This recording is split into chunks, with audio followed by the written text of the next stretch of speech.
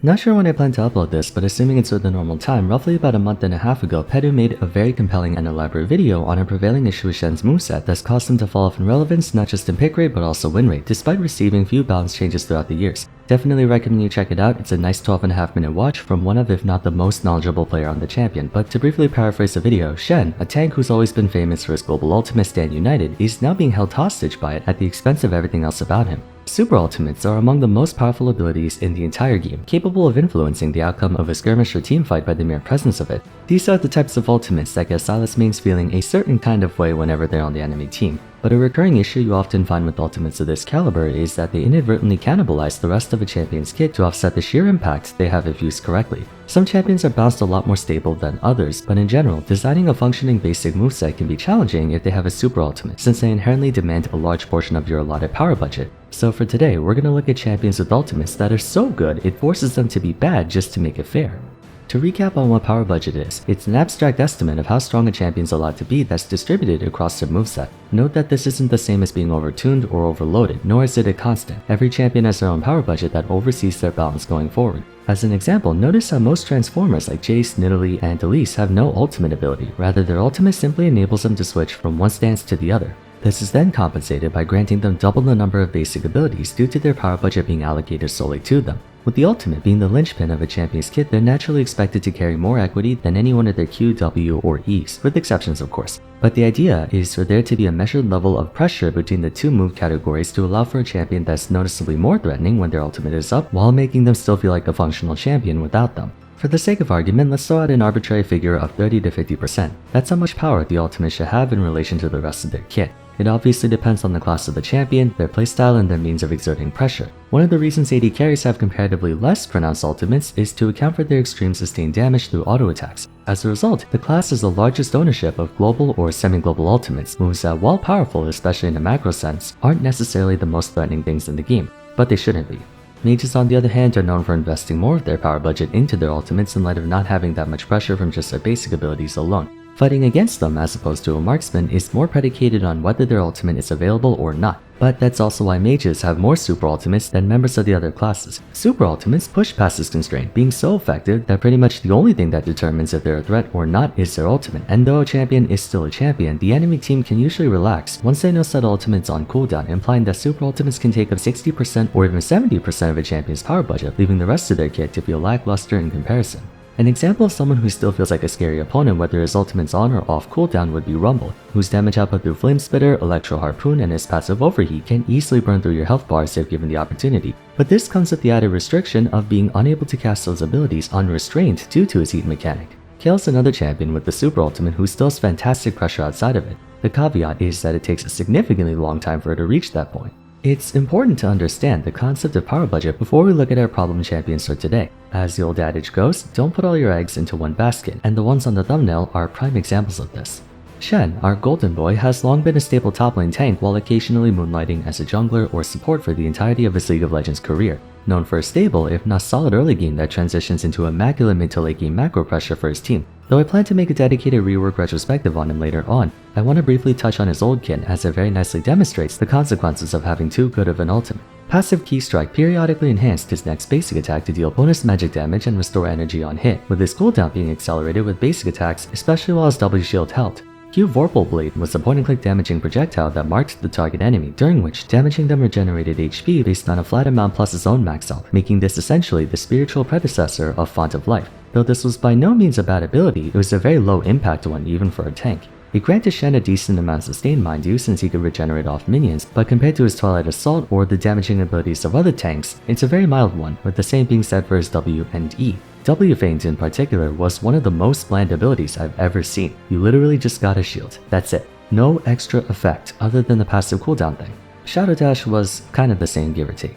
But you can see how Shen's old kit was just so bare bones even for that time period. That was a testament to how impactful his ultimate was. If they gave him any more than that, it would have been problematic. Shen specifically faces an interesting dilemma. Not only does he have a super ultimate, but it's a global one, effectively making his presence ubiquitous. What enables someone like Fiddlesticks to get away with a devastating ultimate while having incredibly strong basic abilities, other than the fact that he practically has no passive, is that it's fixed in range. If you have vision of him, you can severely mitigate the threat of a Crow Storm. No such counterplay exists for Shen. If you engage in combat with the enemy team, you have to go in with the assumption that Shen can and will join the fight, making his global ultimate more threatening than that of Pantheon, Galio, Twisted Fate, and whatnot, who still have to be within the vicinity of the fight to get in. Shen's visual gameplay update sought to balance that power budget a bit better by giving them more strength outside of his ultimate, and the way they did that was brilliant, turning both his offense and defense into skill-expressive abilities. Instead of just gaining a shield at the press of a button, Shen would have to land his abilities on applicable targets to refresh his cooldown faster. His Spirit Refuge could block a ton of basic attack damage for his entire team, but only for a short period of time, with his position being determined by the location of his Spirit Blade, which is also necessary for a source of DPS, granting him bonus max health damage that increases based on if that Spirit Blade collides with an enemy champion on its way to him. Without question, Shen is the most skill-expressive tank in the game, requiring great presence of mind in positioning, timing, targeting, and map awareness to be played optimally, and one of the reasons why Pedu is so passionate about the champion and has achieved many feats with him. When Shen first came out, he was understandably very powerful, as they took away nothing from Stand United to give him these luxuries. But with the only restriction being your own skill, high elo and pro players took Shen's potential to the maximum right away, where he became almost uncontestable, being allowed to split push and duel most champions in side lane while having a one-stop shop to a teamfight accompanied by a massive shield. On relaunch, his Twilight Assault was extremely powerful, dealing 15 to 21% max health damage over 3 basic attacks while coming out of trades ahead thanks to his new passive shield. It was clear they made a champion who was both too strong at base while having a super ultimate, so in patch 7.8 they nerfed his ultimate to where you'd only get the full shield value if your teammate was significantly injured already. That way you couldn't just ult your full health teammate who was going in guns blazing. They continue winding down his power in 7.24, lowering the base damage on Twilight Assault, with 8.14 reducing the Spirit Blade slow on champions, nerfing his early game pressure, which was the best spot for him to snowball. They backpedaled on the damage nerf a bit in 9.6, as well as giving him a teensy bit more damage on Shadow Dash, plus more attack speed in 9.9. Then in 9.16 they buffed both his empowered Q damage and E damage by a bit. Season 10 was Shen's last hurrah. In 10.15 he got a decent buff to his shield, blocking 20 more damage on each proc, which does add up over the course of a game with how many shields you get, allowing him equal parts solo pressure in tandem with the super ultimate. From then on is when the aforementioned issue with the super ultimate eating away at his power budget really started to take effect. In 11.9, Shen Stand United got nerfed a tiny bit, but was granted a massive bonus health ratio, enabling him to achieve shield values in upwards of 1,000 towards the mid to late game. While in a vacuum this was a very welcome change, it made Shen's roaming pressure too strong, which was compensated by practically taking away the 10.15 shield buff altogether and nerfing his Q damage in 12.2. I should clarify that the balance adjustments were not the sole cause of Shen's downfall. Changes in the game itself, such as Titanic Hydra losing the active effect, the implicit discouragement of early game roaming due to losing a ton of minion experience and tower play gold, especially in top lane, and the game evolving in a way that took Shen's once defining virtue, his side lane pressure, away from him, with items like Hullbreaker preventing him from safely dueling against the vast majority of top laners that he used to beat, being one such example.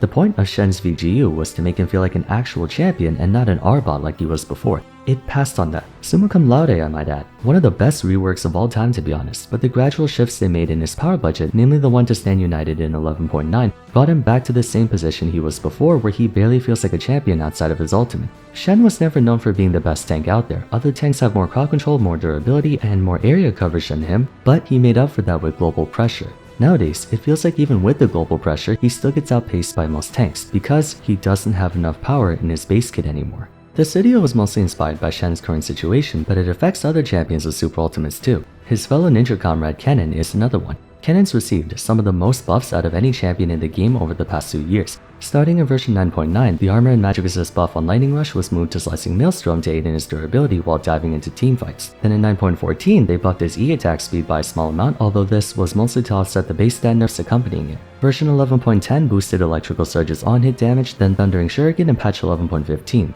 They took the AP ratio away and some of the base damage in 11.19, but overall left him with a net positive in base damage. Electrical Surge was buffed again in 12.5, then in 12.15 they buffed it again, plus the AP ratio of Slicing Maelstrom. Then in 13.5 they buffed his Thundering Shuriken and Lightning Rush again, then in 13.18 they buffed Lightning Rush and Slicing Maelstrom once more.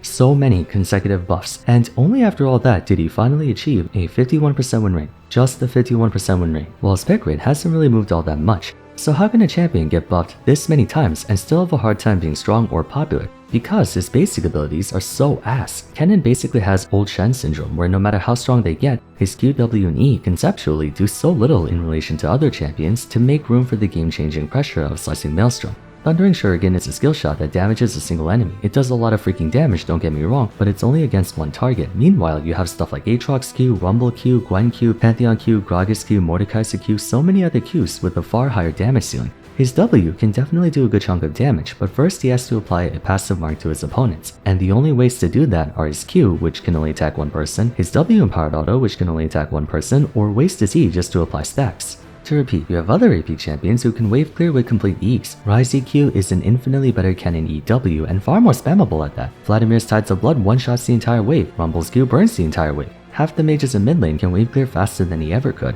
In single combat, Kennen's trade combo can be quite deadly owing to how high his AP ratios are, so if you land WEQ, he can definitely chunk you down, but that's all he can really do. His kit barely has any wave clear, barely any defensive utility barring his stun, and without his ultimate, he's among the least threatening champions in the game in 5v5s or even 3v3s. Of course, if and when his ultimate's online, then you better have flash ready or some Jesus on deck, because God help you if he has flash and rocket belt. Taric is the last example I want to talk about, and what might be the most egregious one. Cosmic Radiance has to be the most game-altering ability in the game that isn't Tempered Fate. Think about it, 2.5 seconds of total damage immunity for potentially your entire team is... I can't even begin to fathom the situations where that can change the outcome of a game. Easily among the top 5 strongest ultimates if used correctly. The problem though is that it's so good that the rest of his abilities have been compromised to even it out. Not trying to say Taric's a bad champion, he's actually been one of the highest performing supports in the game for a couple months, but compared to other tank supports or enchanter supports, since he's a hybrid, enchanters have way better buffing, healing, and shielding capability, while tank supports are much bulkier, have way better engage, and more area coverage. Taric has it the worst out of any Shen Syndrome champion. Not only does he have a super ultimate eating away at his power budget, but he's also split between a tank and enchanter, so he's trying to do too much. Starlight's Touch only heals a lot towards the mid to late game when you can realistically stack it up through basic attacks, and even then he has to be actively hitting something for that to take effect. Bastion's shield is quite poor, it's mostly the armor that can help out his team. Dazzle's about the only individually good ability, having a decent range, stunning for a good duration, and scaling off bonus armor. If this is on someone like Alistar or Blitzcrank, that would be kinda broken. But notice how Bastion, Dazzle, and Starlight's Touch all have extremely long cooldowns, forcing you to use Bravado to lower their timers, meaning if you don't have something to auto, you're basically half the strength of any other support champion. Taric's win rate is exceedingly high thanks to his immense counterpick strength. In scenarios where the enemy team is very melee hard engage oriented, you can't find a better support than this guy. Everywhere else, he's pretty bad, which is ironic because they wanted to make Taric a more all-purpose support compared to his past iteration, which was made to counter burst trades, and a lot of that is because of Cosmic Radiance. It's just too good of an ability, and you can't really nerf it outside of cooldown and duration either. It's one of those ultimates where just the concept alone makes it impossible for it to not cannibalize the rest of Taric's moveset. I don't think it's a bad thing for champions to have super ultimates, but there's a fine line between champs like Rumble and Karthus with super ultimates while having functional kits, and champs like Shen and Taric who feel like they're being hamstrung by them. It's important to have these game-altering moves, but if it actively sacrifices a champion's viability elsewhere, I think it might need to be tuned down or readjusted. But what do you guys think? Do you agree with my points, or do you think these champions are perfectly fine as they are? Feel free to share in the comments. For now though, if you enjoyed the video, I'd appreciate it if you left a like and subscribed, really helps out. Don't forget to follow me on Twitter at Vars, join my Discord server, and check out Peter's video on Shen if you haven't yet, really good watch. But till next time, thanks so much for watching, and I look forward to seeing you again soon. Take care.